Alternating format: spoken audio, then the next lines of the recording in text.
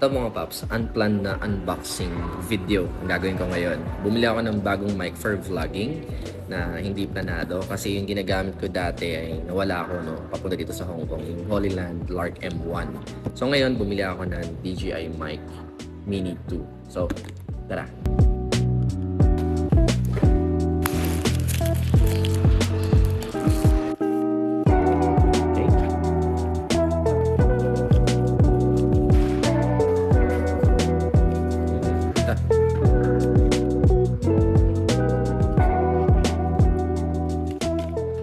So, ito na lahat ng laman nito mga paps at napakaganda kasi transparent yung itsura nito, no? So, sa box na ito, merong isang receiver.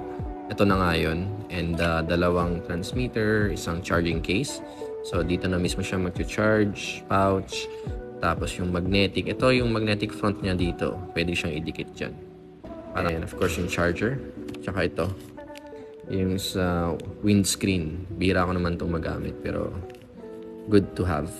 So ito mga paps, gamit ko na yung bagong mic at napakadali lang na itong gamitin actually. Saksak lang yung receiver sa phone sa Type-C. And ito na, click on, ayan na. And meron din siyang dalawang option, no? Hindi ka doon sa isa kong gamit dati. Ganito lang siya hindi magnet. Pero ito may clip siyang ganyan. Pero parang mas maganda pa rin yung minamagnet. Yan, mas madali. Diba? Pero dito sa casing niya, medyo mas malaki siya kumpara doon sa dati kong ginagamit. Pero ang napansin ko dito ay yung quality. Kasi mabigat and parang bakal. Ganda ng pagkakagawa. And nasa 90 hours daw yung operating time nito. So napakatagal kung gagamitin for vlogging.